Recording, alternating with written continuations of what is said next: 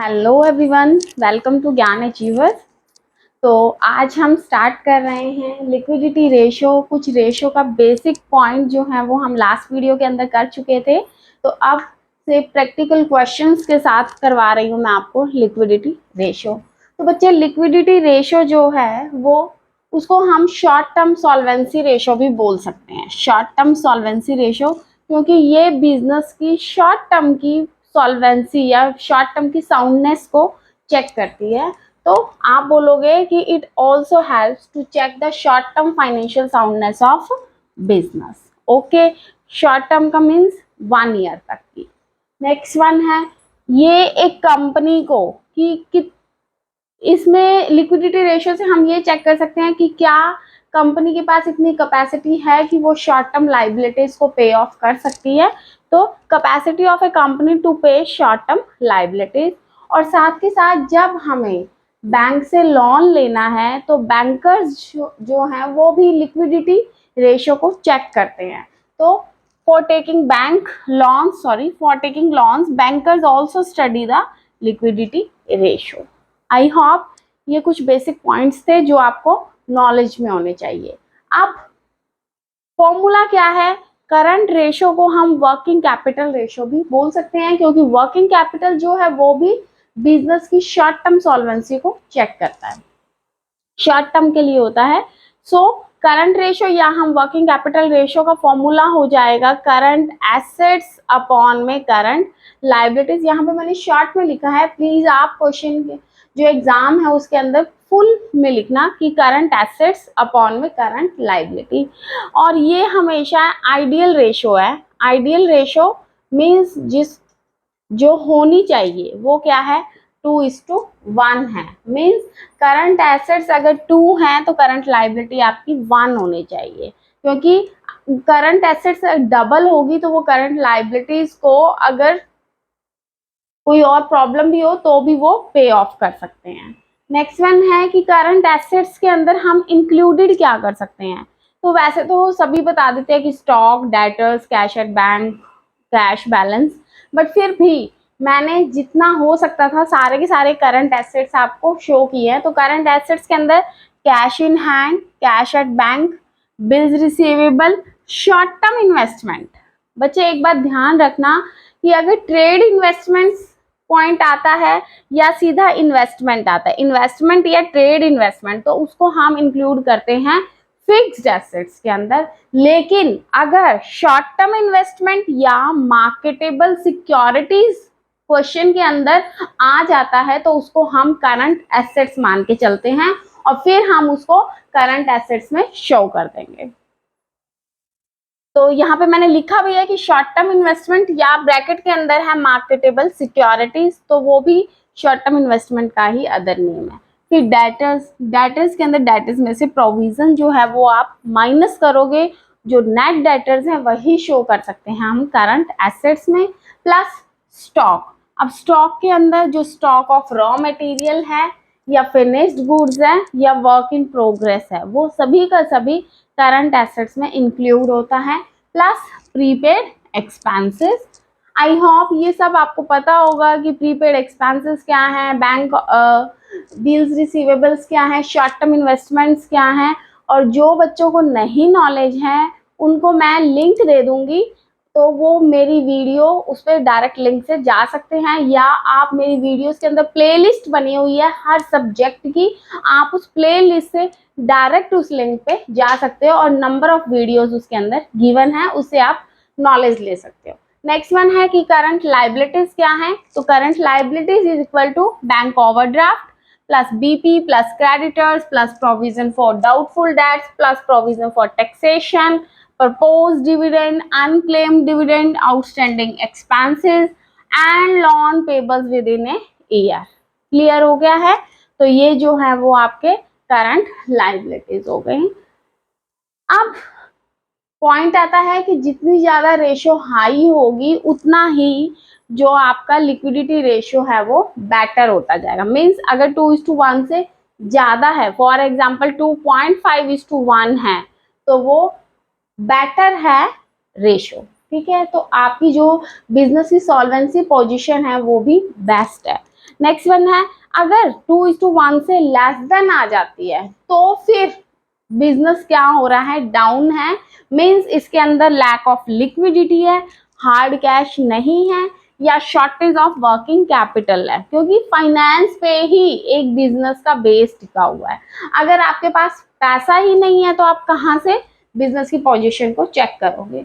और current assets में हम सिर्फ और सिर्फ वही एसेट्स इंक्लूड करते हैं जो एक साल के अंदर अंदर रियलाइज हो जाती है। करंट लाइबिलिटीज वही हम इंक्लूड करते हैं जो कि हम एक साल के अंदर अंदर पे कर सकते हैं। तो आप देख सकते हैं कि बैंक ओवरड्राफ्ट है, क्रेडिटर्स हैं, ये सब हम 1 ईयर के अंदर पे कर सकते हैं। इन्वेस्टमेंट वाला पॉइंट हमने कर ही लिया है। आई होप ये वाले पॉइंट्स आपको आ गए होंगे। तो ये कुछ बेसिक से पॉइंट्स थे। एक आप पॉइंट और ध्यान रखिएगा कि जो करंट एसेट्स हैं उसके अंदर फिक्सटिशियस एसेट्स हो गए, शेयर इशू एक्सपेंसेस हो गए हैं, तो वो भी इंक्लूड नहीं होते हैं। साथ के साथ गुडविल है, उसको भी हम इंक्लूड नहीं करेंगे। तो ये वाले पॉइंट्स आपको आप नोट डाउन कर लीजिएगा कि लूज टूल्स हैं, पेटेंट्स, गुडविल, ट्रेडमार्क, इनको हम करंट एसेट्स में इंक्लूड नहीं करते हैं। और शेयर इशू एक्सपेंसेस हो गए हैं, प्रिलिमिनरी एक्सपेंसेस हो गए हैं, या आप बोल दीजिए ये सारे फिक्सटिशियस एसेट्स हैं, तो इनको भी हम एसेट्स के अंदर इंक्लूड नहीं करेंगे। अब नेक्स्ट पॉइंट आता है क्विक एसेट्स का। बच्चे क्विक एसेट्स, क्विक रेशो बोल दो, एसिड रेशो बोल दो, या लिक्विड रेशो बोल दो, ये भी बिजनेस की शॉर्ट टर्म पोजीशन को ही चेक करने के लिए यूज होता है। तो मैम डिफरेंस क्या हुआ करंट रेशियो और क्विक रेशियो के अंदर? बच्चे जो करंट रेशियो है उसके अंदर हम 1 ईयर तक की साउंड फाइनेंशियल पोजीशन को चेक करते हैं, बट जो क्विक रेशियो है उसके अंदर कि जल्दी से जल्दी, मान लीजिए 1 मंथ, कि 1 महीने के अंदर अंदर आप कितना जल्दी अपने बिजनेस में से जो लाइबिलिटीज है उनको पे ऑफ करने के लिए आपके बिजनेस में कितनी साउंडनेस है, ठीक है, उसको चेक करने के लिए हम यूज करते हैं क्विक रेशो, एसिड रेशो या लिक्विड रेशो को। तो इसका फॉर्मूला वही है, बस थोड़ा सा डिफरेंस है कि लिक्विड एसेट्स आ जाता है ना कि करंट एसेट्स आता है। लिक्विड एसेट्स अपॉन में करंट लाइबिलिटी, और जो करंट रेशो उसकी आइडियल रेशो थी 2:1, जबकि आपकी क्विक रेशो की आइडियल रेशो जो है वो 1:1 है। तो मैं साथ के साथ आपको डिफरेंस भी करवा रही हूँ कि करंट रेशो के अंदर हम 1 ईयर तक की पोजीशन को चेक करते हैं, जबकि क्विक रेशो के अंदर हम very short term means 1 month तक की साउंड फाइनेंशियल पोजीशन के साउंडनेस को चेक करते हैं। करंट रेशो के अंदर फॉर्मूला होता है करंट एसेट्स अपॉन में करंट लाइबिलिटी, जबकि क्विक रेशो के अंदर लिक्विड एसेट्स अपॉन में करंट लाइबिलिटी। करंट रेशो में 2:1 होती है आइडियल रेशो, जबकि इसमें 1:1 है, और 1:1 से जितनी ज्यादा बेटर होगी, मतलब हाई होगी, उतनी ही ये बेटर होती रहेगी। आई बात समझ? और अब लिक्विड एसेट्स कैसे निकालते हैं? तो वही सारी की सारी जो करंट एसेट्स हैं उसको ही ऐड करते हैं, बट उसमें से स्टॉक और प्रीपेड एक्सपेंसेस को हम माइनस कर देते हैं, क्योंकि बच्चे स्टॉक के अंदर मैंने raw material, work in progress सब कुछ ऐड किया है, जबकि रॉ मटेरियल से फिनिश गुड्स के अंदर स्टॉक को कन्वर्ट करने में टाइम लगता है, इसलिए हम स्टॉक को ऐड नहीं करते हैं। और जो प्रीपेड एक्सपेंसेस हैं उनको भी हम कन्वर्ट नहीं कर सकते हैं, इसलिए प्रीपेड एक्सपेंसेस जो हैं उनको भी हम ऐड नहीं करेंगे इसमें लिक्विड एसेट्स के अंदर। मींस करंट एसेट्स में से आप स्टॉक और प्रीपेड एक्सपेंसेस को जब माइनस कर दोगे तब ही हमारे पास लिक्विड एसेट्स आएंगी। अब एक क्वेश्चन करवा देती हूँ, उससे आपको ज्यादा समझ आएगा। जो क्वेश्चन है वो आपको आपके स्क्रीन पे मिल जाएगा, तो उसका आप स्क्रीनशॉट लेके और इस क्वेश्चन को प्रैक्टिस कीजिए। तो इसके अंदर क्वेश्चन में हमें गिवन है कि पर्टिकुलर्स गिवन बिलो, आपको क्लोजिंग स्टॉक, डेटर्स में से प्रोविजन लेस करके हमें डेटर्स 1 लाख के दे दिए हैं, कैश है, मार्केटेबल सिक्योरिटीज को क्या हम ऐड करेंगे? यस, हम ऐड करेंगे। Income tax paid in advance है, वो भी हम करंट एसेट्स के अंदर ऐड करेंगे। शेयर इशू एक्सपेंसेस को ऐड नहीं करेंगे, क्योंकि मैंने ऑलरेडी बोला है कि फिक्सटिशियस एसेट्स को हम ऐड नहीं करते हैं। Liabilities for current taxation, liability for future taxation है। बच्चे जो करंट टैक्सेशन है वो हम करंट लाइबिलिटी में ऐड करेंगे, बट फ्यूचर का है, फ्यूचर का वो फिक्स लाइबिलिटी के अंदर चला जाएगा, करंट में नहीं जाएगा। ट्रेड क्रेडिटर्स हैं, आउटस्टैंडिंग सैलरी, बैंक ओवरड्राफ्ट और डिविडेंड पेबल, ये सब की सब हम करंट लाइबिलिटीज में ऐड करेंगे। तो हमें जैसे सबसे पहले करंट एसेट्स लेनी है, तो करंट एसेट्स के अंदर कितने का है, क्लोजिंग स्टॉक है 2 लाख का, डेटर्स हैं, उसके बाद हमारे पास कैश है, मार्केटेबल सिक्योरिटीज हैं 2 लाख की, 20,000 की है जी, और साथ ही साथ income tax paid in advance है 10,000 का। तो वो सब का सब हमने ऐड कर लिया, तो हमारे पास करंट एसेट्स आ गई हैं 3,60,000 की।